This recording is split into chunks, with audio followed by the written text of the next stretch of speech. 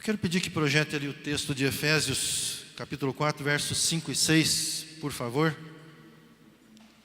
O nosso Deus é um Deus geracional, um Deus de gerações. Normalmente você vê na Bíblia situações como Deus de Abraão, Deus de Isaac, Deus de Jacó.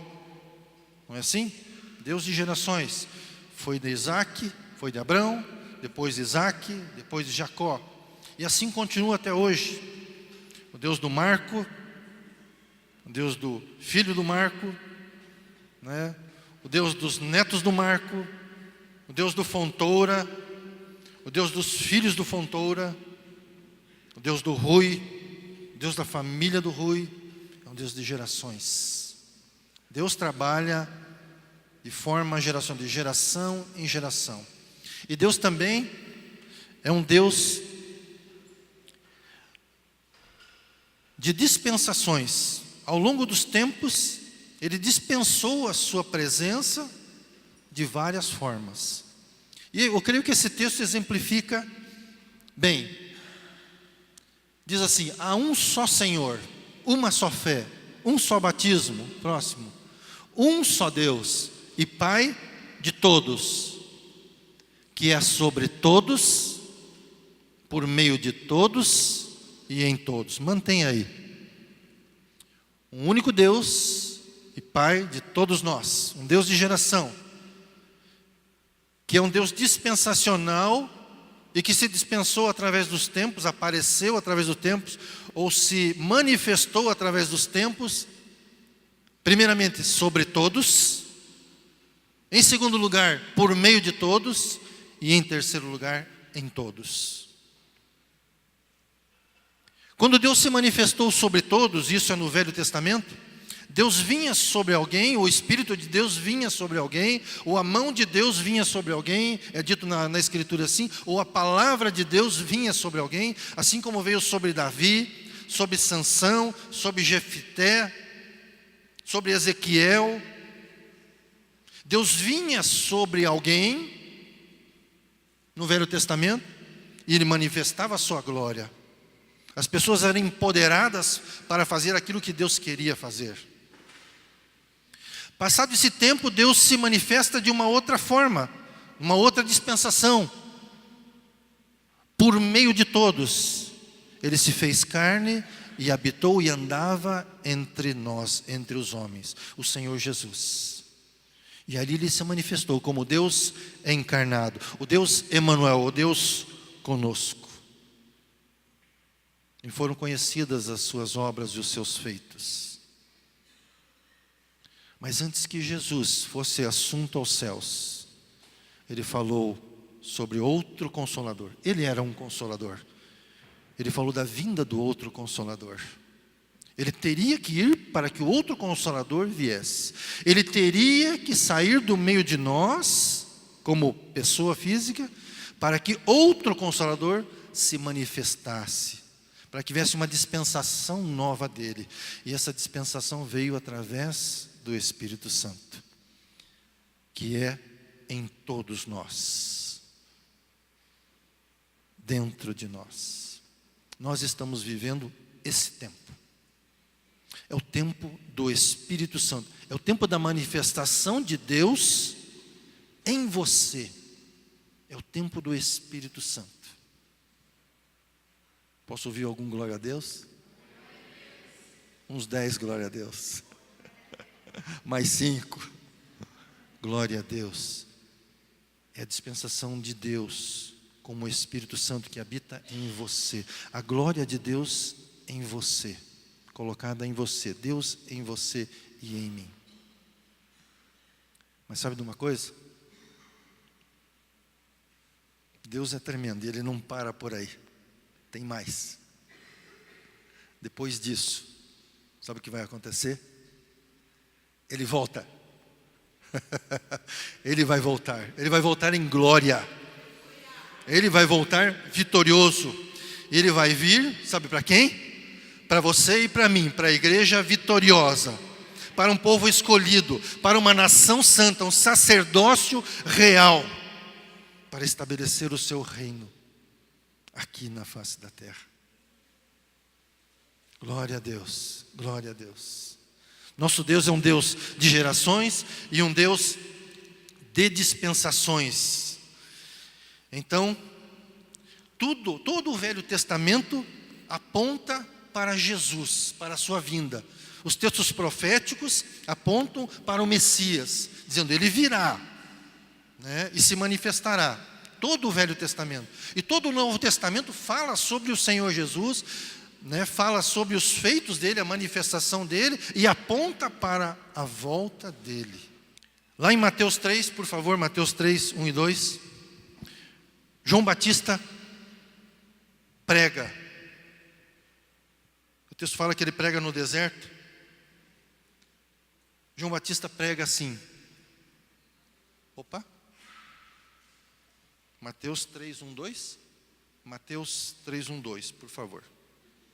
Naqueles dias, diz assim, surgiu João Batista pregando no deserto da Judeia. Próximo. E dizia, arrependam-se, porque o reino de Deus está próximo. Segura aí. Outras versões diz, arrependei-vos, porque o reino de Deus está próximo. Né? É chegado o reino de Deus. Obrigado, Mônica. Mas o que é que João Batista pregava? Arrependam-se, arrependei-vos. De que arrependimento ele estava falando? A palavra para arrependimento ali é metanoia, mudança de mente. Então eu acho que talvez na nossa linguagem fosse mais ou menos assim. João Batista era um tipo meio incomum na sociedade, né? Você sabe disso, vestia peles de... do quê? Pele de camelo, comia gafanhoto. Então era um cara que se olhava assim, ó, esse cara é meio fora da casinha, né? Mas era um tipo diferente do tipo comum da sociedade. Eu creio que se João Batista fosse, nos dias de hoje, talvez como a galera do surf, que é mais solta, né? Ou aquele cara, nosso amigo que tem o dread ali, que fica né? Mais solto, não está muito preocupado com a aparência, mais livre. Talvez ele dissesse assim, metanoia, brother. O reino de Deus chegou. Cara, é o seguinte, desse jeitão teu, não vai rolar. Você vai ficar fora dessa vibe. A vibe vai chegar e você não vai entrar nela, mano. Acho que seria mais ou menos assim. Talvez para o Exlin, está aí o Exlin? Não está aí o Exlin. O Exlin é o nosso irmão, que morou muitos anos lá nos Estados Unidos. Talvez João Batista chegasse para ele e dizesse assim, o Exlin, né? Metanoia. The God's kingdom is come. Não sei se o meu inglês deve estar ruim, mas com certeza o Exlin vai entender o que era.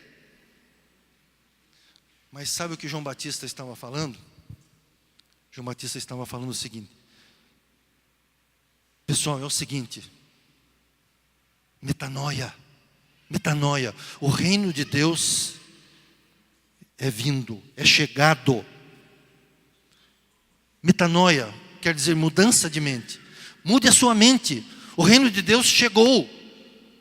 É preciso mudar a sua mente porque o reino chegou. Não é mais do mesmo jeito que era antes. Os princípios, o modelo mudou. O reino de Deus chegou. Você precisa mudar a sua forma de ver e fazer as coisas. E de fato mudou todas as coisas com o Senhor Jesus. Ele quebrou paradigmas. Ele explodiu com tudo quanto é sofisma que havia. Com a religiosidade e todas as coisas. Então, primeiro ponto. O reino de Deus chegou. E João Batista apontava para Jesus como sendo Jesus, o próprio reino de Deus. E aí eu coloco uma pergunta para nós. Para que Jesus veio? Eu sei que você tem respostas inúmeras para isso. Temos vários textos bíblicos que nos dão essa resposta. A exemplo de um, não precisa nem projetar. João 10:10. O ladrão veio para matar, roubar e destruir. Mas eu, Jesus, vim para que tenham vida e vida em abundância. Jesus está falando que ele veio para trazer vida, zoe. Uma vida integral, não a vida biológica, mas uma vida em cima da vida biológica. Uma vida de plenitude, uma vida integral, uma vida para ser bem vivida, uma vida em abundância, além da vida natural. Ele veio para isso. João 3,16 também diz que Deus amou o mundo de tal maneira que deu o seu Filho unigênito para que todo aquele que nele crê não pereça, mas tenha a vida eterna. Então Jesus veio para que não pereçamos, para que não desfaleçamos, que não perdamos o zoe, a vida integral, e tenhamos a vida eterna. Alguém arrisca mais alguma coisa? Para que Jesus veio? Isso que você está pensando está certo. Isso que você não está falando também está certo. Mas se você olhar a palavra, você vai ver que Jesus falou e ensinou muito sobre o reino de Deus. Pregou sobre o reino de Deus. Falou sobre o reino de Deus. Manifestou o reino de Deus. A essência de Jesus foi isso, manifestar o reino.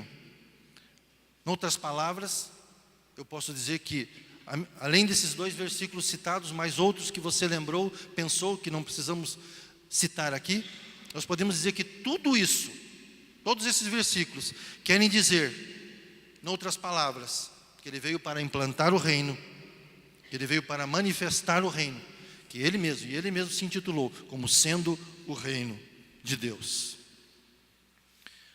Agora outra pergunta, o que é que Jesus espera de nós? Você já parou para pensar? Aqui eu estou fazendo uma pequena pausa, tá? Você já parou para pensar no seguinte? O que é que você, o que é que eu, separadamente, o que é que nós podemos fazer para Deus que Ele precise, que Ele necessite? Existe algo?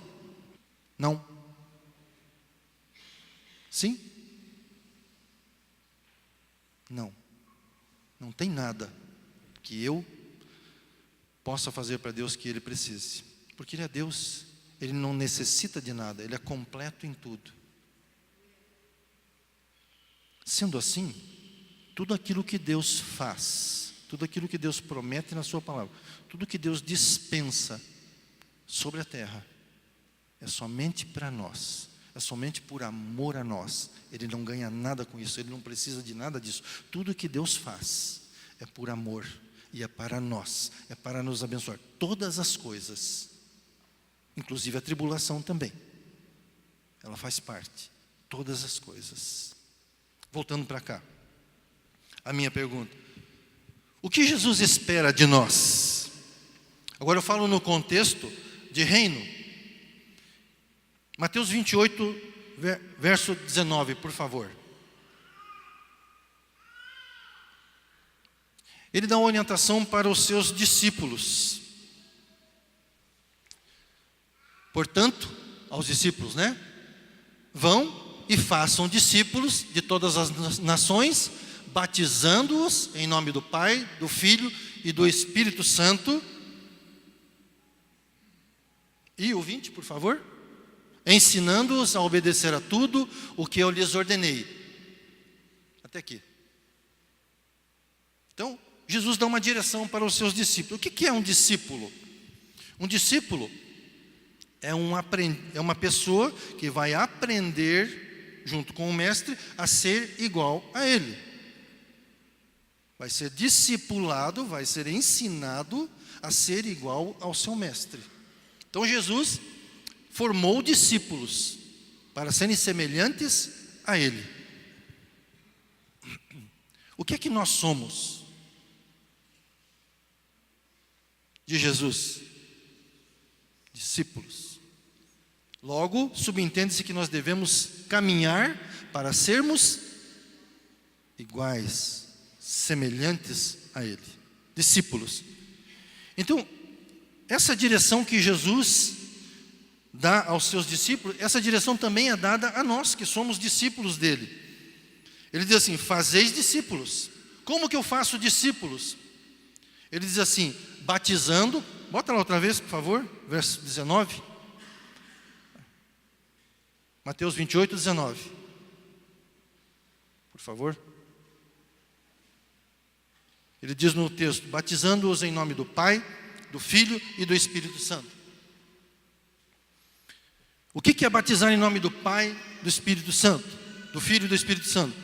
Batizar é emergir, é mergulhar.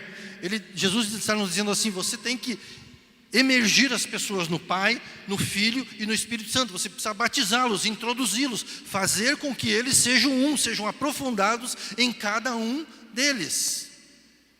Discípulos, para que eles sejam um com o Pai, com o Filho e com o Espírito.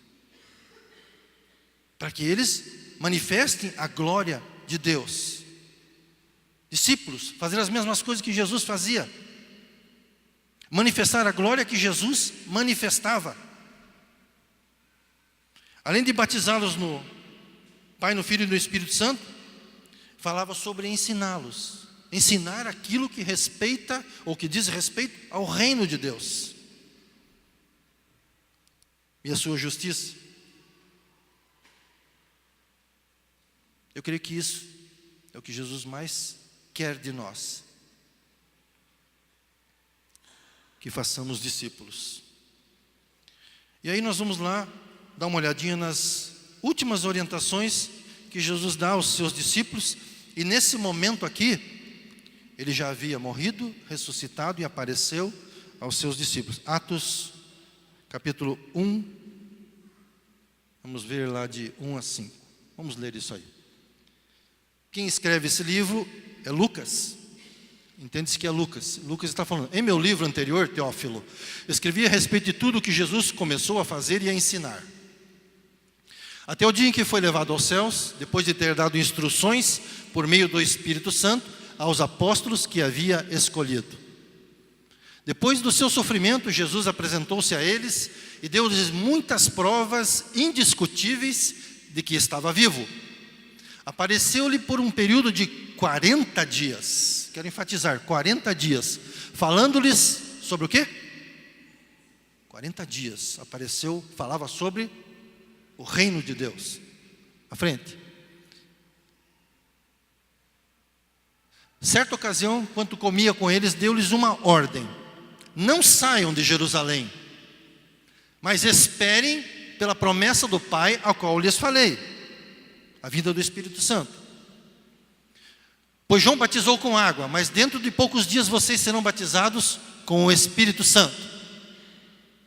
Então Deus dá uma direção, Jesus dá uma direção, uma instrução: não sai de Jerusalém, espere a promessa se cumprir. Deixa eu ver aqui se nós precisamos ler isso aqui. Estamos no? Vamos para o 8. Isto. E aí ele continua falando, mas aí ele diz, depois da primeira orientação: mas receberão poder quando o Espírito Santo descer sobre vocês, e serão minhas testemunhas em Jerusalém, em toda a Judéia, Samaria, até os confins da terra.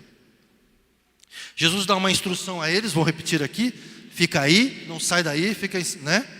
Até que venha da parte do Pai a promessa, o Espírito Santo. E aí quando ele vier, vocês receberão poder.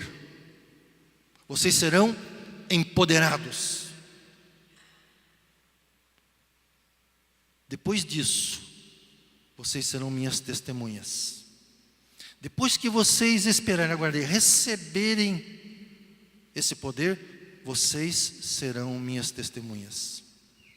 Em outras palavras, quer dizer o seguinte: espere vir sobre você o poder, para que você possa testemunhar a meu respeito. O que é testemunhar? Testemunhar é falar daquilo que eu vi, que eu presenciei. Mas testemunhar também, eu posso dar testemunho como pessoa, como essência. Eu posso ser o testemunho vivo. É disso que Jesus estava falando. Espera receber a promessa do Pai. O Espírito Santo, ele virá sobre vocês com poder, para que você possa ser minhas testemunhas por todos os cantos da terra. Esta foi a última informação, ou direção, ou orientação que Jesus dá aos seus discípulos. Depois ele foi elevado aos céus. Naquele momento, eles receberam poder, eles receberam capacitação, eles receberam o dunamis, a dinamite, poder explodir, um alto poder. É isso que eles receberam, é isso que a palavra quer dizer, dunamis, poder, um poder extraordinário, fora do comum, fora daquilo que é ordinário, comum, extraordinário, além disso, muito maior. Vamos ver o que aconteceu depois disso. Atos 2. Atos capítulo 2, verso 1. Vou ler aqui, tá? Se quiser acompanhar ali. Cumprindo-se o dia de Pentecostes, estavam todos reunidos no mesmo lugar. Você conhece isso, mas eu acho importante lermos aqui. De repente veio do céu um som, como de um vento veemente e impetuoso, e encheu toda a casa em que estavam sentados. E foram vistas por eles línguas repartidas como de fogo, as quais pousavam sobre cada um deles. E todos foram cheios do Espírito Santo e começaram a falar em outras línguas, conforme o Espírito Santo lhes concedia que falassem. E em Jerusalém estavam habitando judeus, varões religiosos de todas as nações que estão debaixo dos céus. E correndo aquela voz, ajuntou-se uma multidão que estava confusa, porque cada um ouvia falar na sua própria língua. A multidão estava confusa.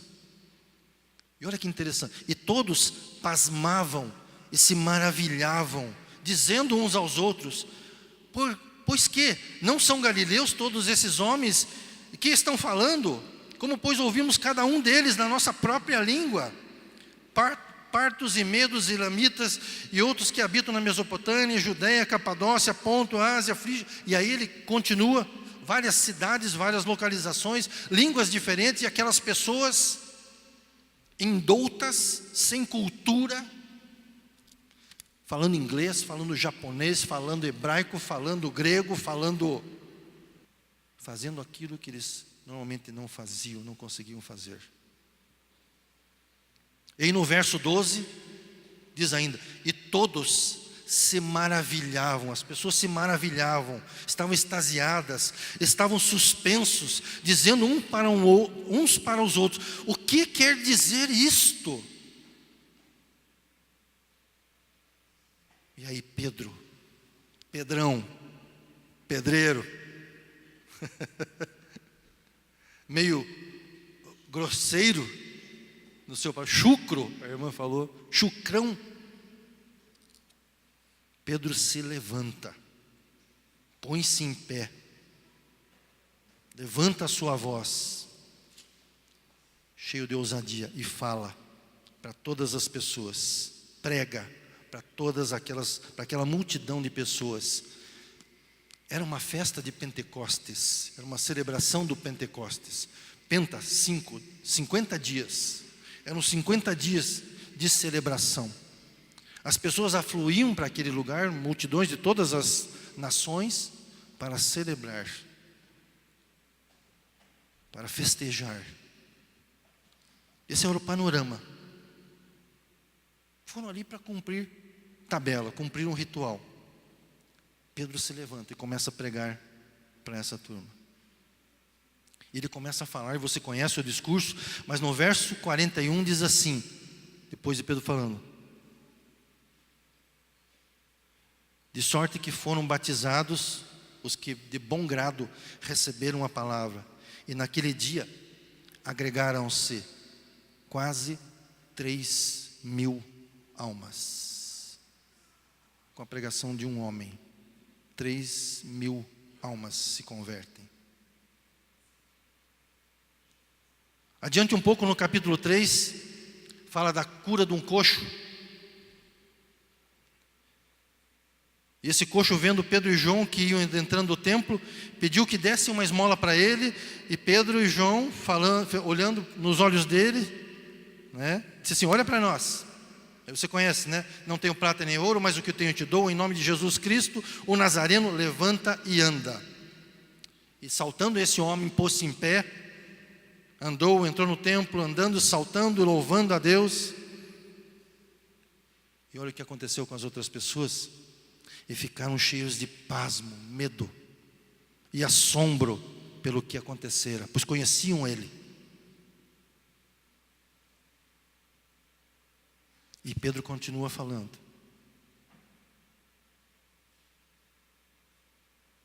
E aí no capítulo 4, discorrem alguns fatos, mas no verso 31 diz assim: e tendo eles orado, moveu-se o lugar em que estavam reunidos, e todos foram cheios do Espírito Santo, e anunciavam com ousadia a palavra de Deus. Ousadia naqueles homens.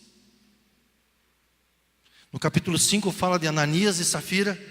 Você conhece a história? Tinham um bem, venderam, e eles compartilhavam os seus bens, os recursos por todos. Eles retiveram parte do dinheiro.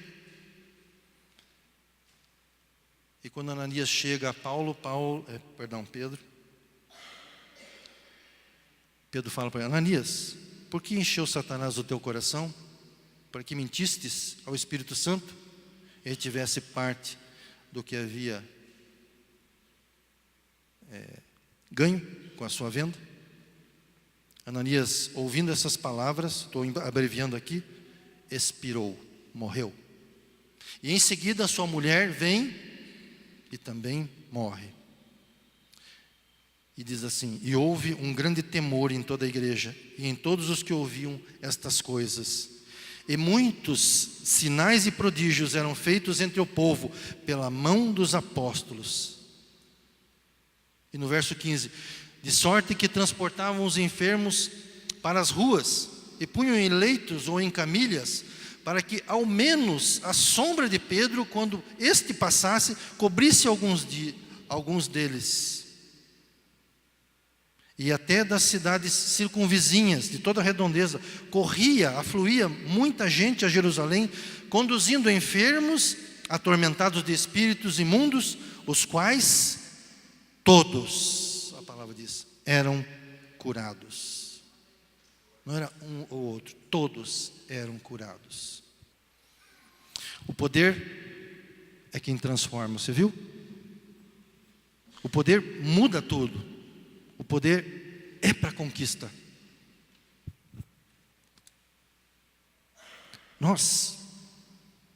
Olha só, lembra desse episódio? Paulo lá pregando para multidões no Pentecostes. Desculpe, obrigado. Pedro, você me perdoa, né? Às vezes eu faço essas confusões. Mas que bom que você está aqui para me ajudar. Pedro, então se levanta e prega para uma multidão. Olha só, você está sentado confortavelmente aí, certo? Tranquilo. Temos aqui climatização, ó, temos ventiladores. Se aquecer, abrimos as portas, ligamos o ventilador, você fica tranquilo. Se fizer frio, nós fechamos as portas, abraçamos uns aos outros, né? Estamos aqui protegidos, se chover. Estamos aqui com um microfone para falar. Eu não preciso alçar a minha voz, falo com tranquilidade. Temos aqui imagens que podemos projetar. Temos um louvor extraordinário. Podemos produzir todas essas coisas. Temos feito isso. Nós podemos, e é bom fazer. Não está errado.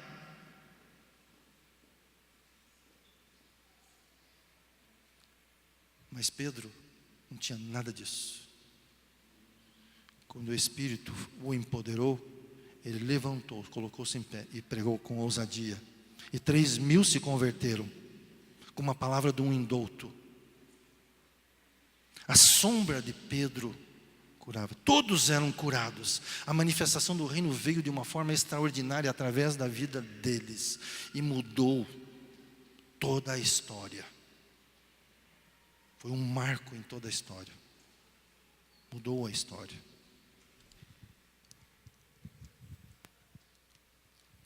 Precisamos de poder. Paulo, 1 Coríntios capítulo 2. Só para darmos mais um exemplo. 1 Coríntios capítulo 2. 1. Paulo falando aqui a igreja de Coríntios, né? Eu mesmo, irmãos, quando estive entre vós, quando estive junto com vocês, quando os visitei, né, quando estive lá ensinando vocês, não fui com discurso eloquente, né, aqui, uma boa oratória, né, eu não fui desta forma, nem com muita sabedoria, para lhes proclamar os mistérios de Deus. Próximo. Pois decidi nada saber entre vocês, a não ser Jesus Cristo e este crucificado. Mais um. E foi com fraqueza, temor e com muito tremor que estive entre vocês. Mais um. Minha mensagem e minha pregação não consistiram em palavras persuasivas de sabedoria.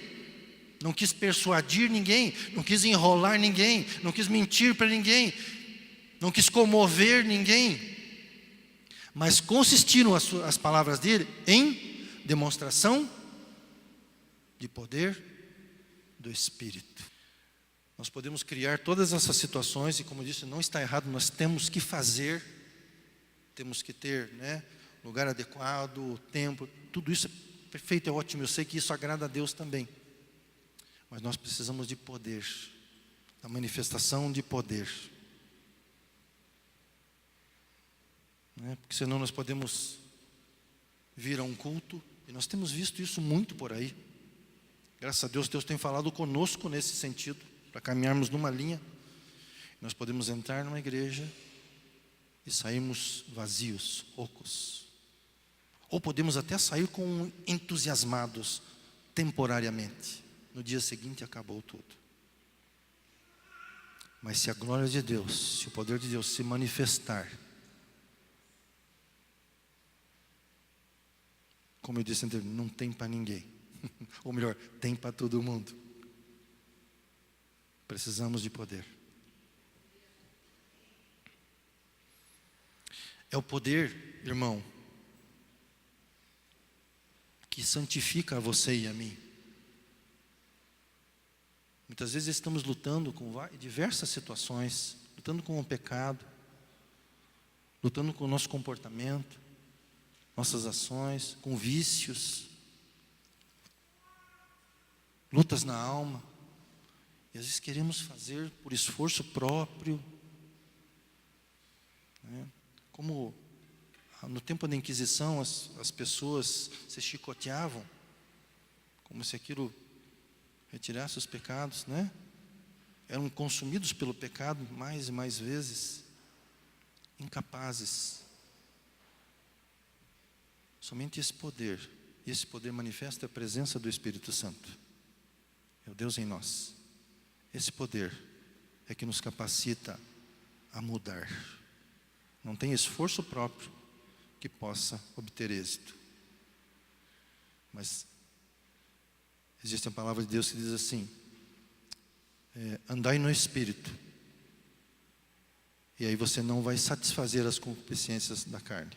Só andando no Espírito, só inseridos, só mergulhados, só batizados no Espírito, só empoderados pelo Espírito, é que temos vitória. É Ele que concede a vitória, de forma extraordinária, de forma sobrenatural.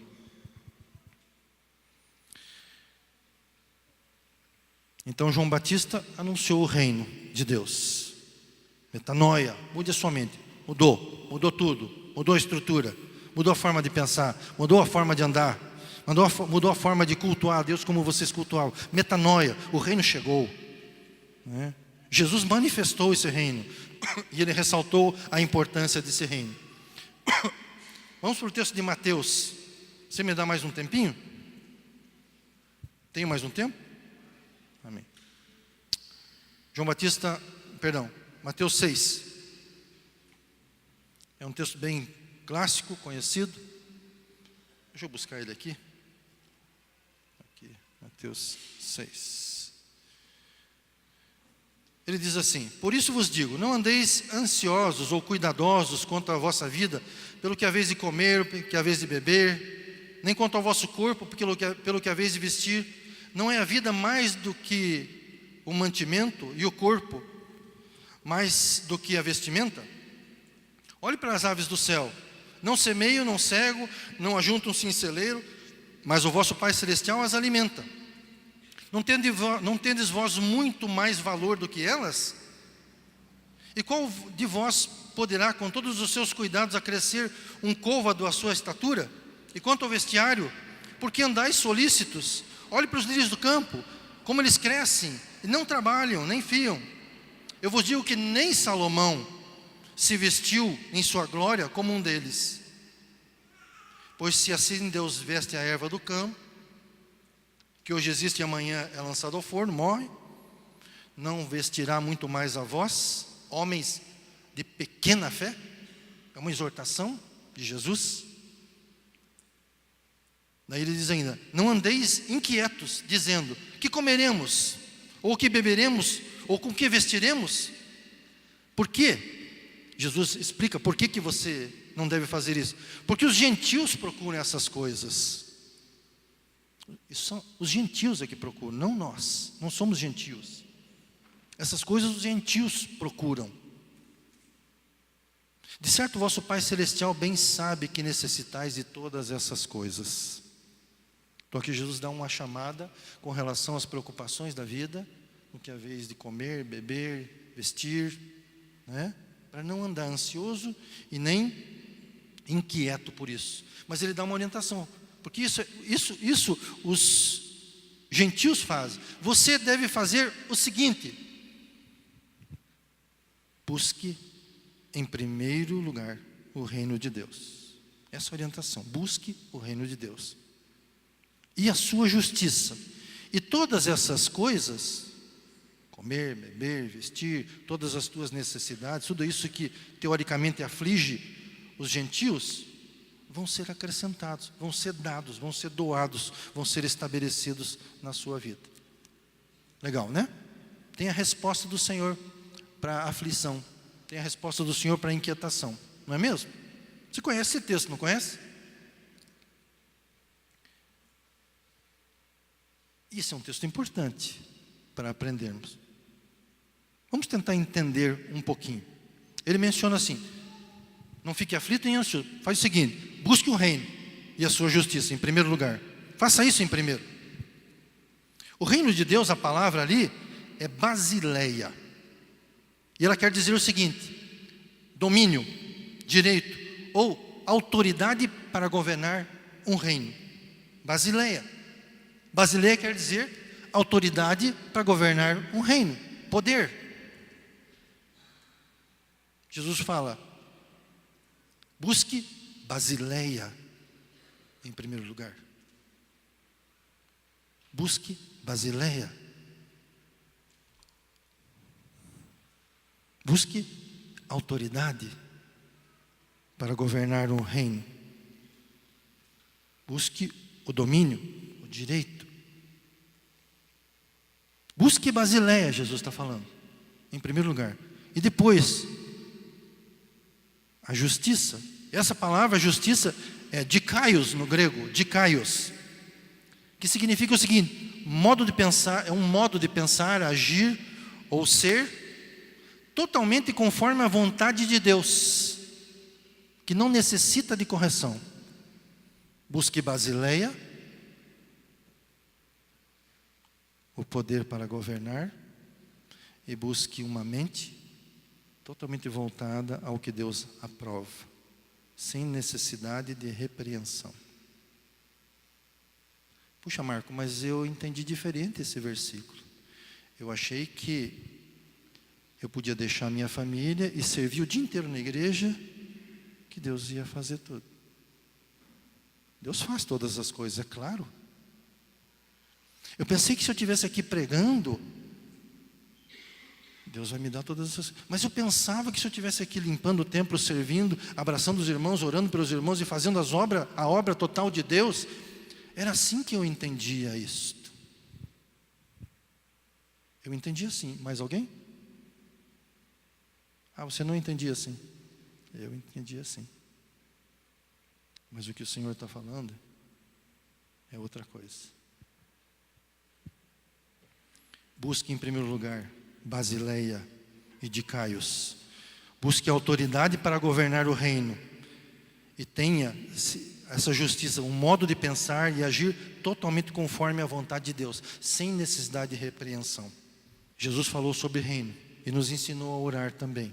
E na oração do Pai Nosso ele diz: venha a nós o teu reino. O ensinamento dele: venha a nós o teu reino. E aqui nós mencionamos: busque em primeiro lugar o reino de Deus, na tradução. Onde estamos buscando o reino de Deus? Onde você está buscando o reino de Deus? Em que lugar? Romanos 14, 17, por favor. Olha o que se fala sobre o reino de Deus. O reino de Deus não é comida nem bebida, mas justiça, paz e alegria. Lucas 17, 20 e 21. Vou finalizar. Tá bom, meu irmão? Obrigado pelo... Quando interrogado pelos fariseus sobre quando viria o reino de Deus, Jesus respondeu: o reino de Deus não vem de modo visível. Não é um lugar, não é uma coisa. Próximo. Nem se dirá, está aqui ou ali, lugar geográfico. Porque o reino de Deus está... Outra versão diz: em nós. Igreja, o reino de Deus está em você. Por isso que Jesus falou: busque em primeiro lugar o reino de Deus. Busque em você a autoridade para governar no reino. Busque a sua justiça, um comportamento que agrada a Deus sem necessidade de repreensão. Busque isso, busque relacionamento com o Espírito Santo. É isso que Jesus está falando: eu empoderei vocês, recebereis poder quando vir sobre vós o Espírito Santo, e sereis minhas testemunhas por todos os confins da terra. Busque um relacionamento com o Espírito Santo. Esse é o tempo do Espírito Santo, é a dispensação do Espírito Santo sobre a sua vida. Está em você. O reino está em você. Ele precisa ser manifesto. E nós só vamos ter conquistas, vitórias e expressar o reino quando nos relacionarmos completamente com o Espírito Santo. É o tempo para isso, irmãos. Busque a Deus enquanto puder encontrá-lo. É o tempo para isso. Não entristeça o Espírito Santo. Não blasfeme contra o Espírito Santo. E eu entendo que blasfemar ou entristecer o Espírito Santo é deixar ele de lado, é ignorá-lo. Na outra oportunidade que tivemos aqui falando, eu disse que eu tenho entendido cada vez mais que não tem como caminhar de forma exitosa sem o respaldo, sem a direção, sem a orientação do Espírito Santo. Ele é o Consolador, Ele é o Ensinador, Ele é o Ajudador, Ele é o Deus em nós. É Ele que nos capacita e nos empodera para todas as coisas. E nós somos chamados para manifestar o reino de Deus. Esse modelo de igreja como Pentecostes tem que ser no dia de hoje. Era para continuar. Sabe, a Bíblia diz assim: muito podem em seus efeitos, acho que é isso, a oração de um justo. Cadê os justos aqui? Levante sua mão. Quem é justo aqui? O justificado. A tua oração muito pode em seus efeitos. Ela é perfeitamente, plenamente, integralmente eficaz. Ela tem que trazer resultados. Ela tem que mover os céus. É isso que a palavra diz. Não pode ser diferente disso. Deixa eu contar um fato rapidamente para você. Isso não é para me gloriar, porque isso está sobre você também. Eu quero compartilhar aqui um sonho que eu tive ontem. Eu creio que fala sobre nós. Há um tempo atrás, eu entrei numa empresa, entrei na porta de uma empresa, eu ia fazer uma compra. E quando eu entrei, a porta não fez barulho nenhum, não chamei atenção, não mudou claridade. Quando eu entrei, as pessoas estavam lá, todas, sem exceção, viraram. Ficaram olhando para mim assim. Eu fiquei todo, ué, eu não fiz um barulho sequer para entrar. Era impossível perceberem a minha presença. Todos viraram e olharam. Sabe o que o Espírito Santo me falou naquele momento? A minha presença que está em você chama a atenção. Essa presença está em você. E ela precisa ser manifesta na terra. Ela precisa ser ela veio para implantar o reino. Você precisa ser a expressão e a glória de Deus. Isso vai ser alcançado porque é a vontade de Deus e através do Espírito Santo. Não menospreze o Espírito Santo. Na noite anterior, eu tive um sonho. E nesse sonho, eu estava diante de uma piscina de água natural, talvez uma água cristalina, talvez uma água mineral, não sei, mas uma água límpida, cristalina.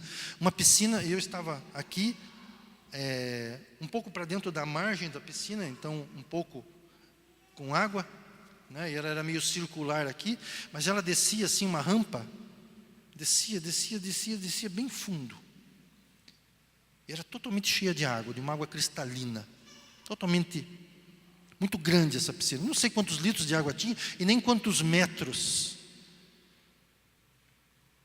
Mas eu vi aquela água e se algo que eu gosto é nadar, eu vi aquela água tão convidativa, uau, né? Mergulhei naquilo, mergulhei com muita tranquilidade, eu nadava assim, aquelas braças, gostoso.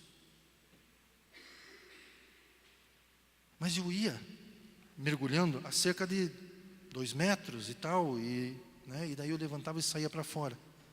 Fiz isso uma vez, daí eu olhei para dentro da piscina, lá no fundo, a uma distância longa, eu vi que lá dentro tinha alguém nadando, lá embaixo, mergulhado lá embaixo, com tranquilidade. Eu não entendi no momento, mas eu só senti que o meu desejo era estar lá, imerso, mergulhado, lá no fundo. Mas ao mesmo tempo me veio um temor de não ter o controle. Se me falta um ar, alguma coisa, eu não consigo subir a tempo. É mais ou menos esse o temor que eu percebia. Por isso eu fiquei aqui mais à margem.